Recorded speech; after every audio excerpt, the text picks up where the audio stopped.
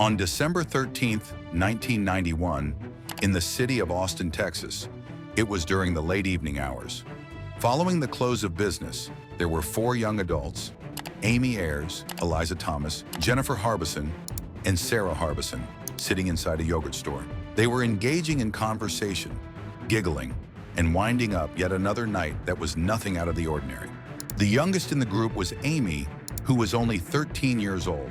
She had a passion for horses, so she spent her weekends at stables and aspired to work as a veterinarian someday. Eliza, who was 17 years old, was known for her gentle demeanor and had ambitions to continue her education by attending college. She was also quite mature and responsible for her age. Jennifer, who was also 17 years old, frequently assumed the position of caretaker for the people around her while managing a hectic schedule that included school, employment, and family responsibilities. Her younger sister, Sarah, 15, looked up to her, following her lead with admiration. On what ought to have been a typical night, they were simple girls in a simple location.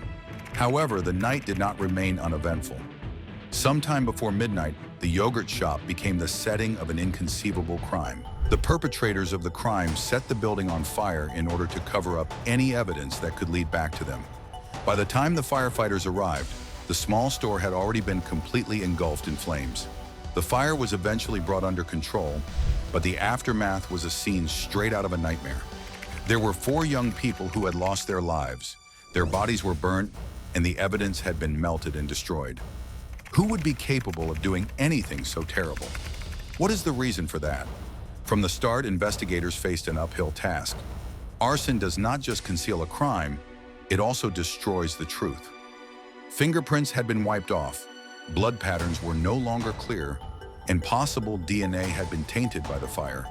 The accounts provided by witnesses were not in agreement with each other. Before closing time, several people claimed to have seen 2 suspicious men inside, while others said that there were 3 or 4. Earlier in the evening, one of the employees made reference to hearing noises from outside, but at the time, there was nothing that appeared to be cause for concern. Was this merely a case of reckless violence that spiraled out of control, or was it the work of experienced criminals? The case became cold, even though many hours were spent on investigation, tips, and interviews. Families of the victims would return to the site every year, where they would hold vigils, light candles, and seek answers to their questions. The city of Austin bore the burden of the tragedy, forever tormented by the crime that was never solved. Hope appeared to be making a comeback in 1999. The authorities made public the arrests of 4 young men, Maurice Pierce, Michael Scott, Robert Springsteen, and Forrest Wellborn, 8 years after the killings had taken place. Their names were the most common headlines, and their faces were plastered all over television screens. Confessions had been obtained during interrogations, but such confessions soon became a cause for skepticism. The specifics did not match the crime scene. The story that each man told was different from the ones that the other men told. Still, prosecutors pressed forward. Scott and Springsteen were 2 of them. They were found guilty and were sentenced to life in prison. It seemed for a short period of time that justice had been served. However, the questions that were left unanswered never disappeared. What is the reason that the confessions that they gave were in conflict with one another? Why was the evidence not in agreement with itself? After that, the game-changing discovery that brought the whole thing crashing down came to light. It was discovered that none of the 4 males were a genetic match to the evidence that was collected from the scene of the crime, thanks to advancements in DNA testing. The conviction's foundation was no longer able to support them. They were let go after their sentences were reversed. If they aren't the ones who are responsible, then who is? It appeared that the investigation had made a complete return to the beginning. The case remained open but stagnant for many years, sinking into the shadows of time. Nevertheless, neither families nor investigators would give up. There were a number of theories that came to light. Was it possible that the robbery had gone awry? Is it possible that there is a predator passing through town? Or was it someone who was acquainted with the store, who was aware of the routines and exploited that information to their advantage? This matter was revived in September 2025 due to a startling new event that emerged at that time. The police were able to identify DNA from a shell casing at the scene using new forensic equipment. The DNA matched that of Robert Eugene Brashers, a violent criminal with a dark and tortured past. Brashers was by no means a typical criminal. He was born in the year 1955 and led a nomadic life, frequently using aliases. He moved across state lines, leaving a trail of ruin in his wake as a result of the atrocities he committed. Home invasions, sexual assaults, and at least 2 killings had all been connected to him in some way. His actions were consistently terrifying, as he would tie up captives, use weapons to subdue them, and then silence them with cruel effectiveness.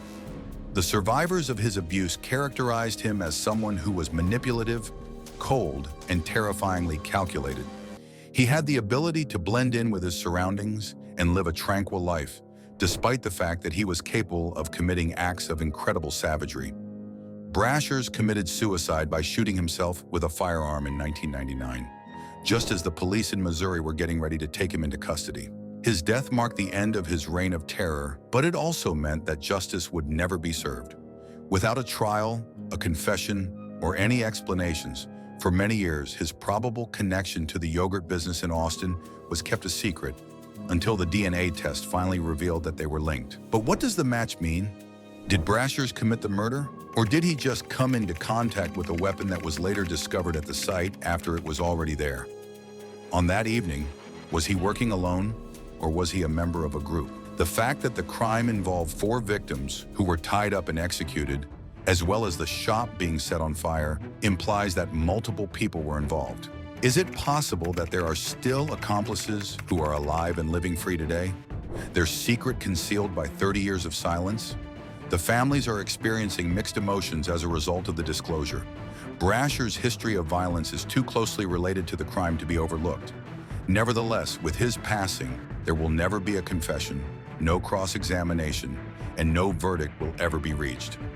Instead, science has taken over as the foundation of justice, and it is now based on strands of DNA and the potential for the discovery of other linkages that are hidden.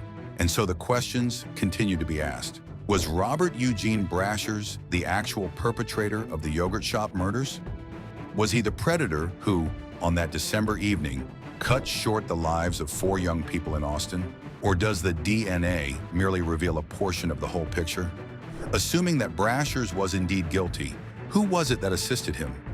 If he was indeed innocent, then who was it that committed the crime? And why have they managed to elude prosecution for almost 30 years? The killings that took place at the yogurt store continue to be one of the most disturbing, unsolved cases in the United States of America. Never once has the city of Austin been forgotten. Each December, lights are lighted, prayers are said, and the names of Amy, Eliza, Jennifer, and Sarah are spoken aloud. While their situation continues to fluctuate between optimism and doubt, their memory continues to live on. It is possible that science will someday succeed in closing the circle, finally uncovering the truth that has escaped the grasp of investigators for more than 30 years. Until that time comes, the narrative continues to be a terrible reminder of innocence that has been lost, justice that has been delayed, and the question that remains unsolved and still hangs heavy in the air in Texas. Who was responsible for the deaths of those 4 girls in the yogurt shop, and what was their motivation for doing so? Thanks for watching. Don't forget to like and subscribe to our YouTube channel.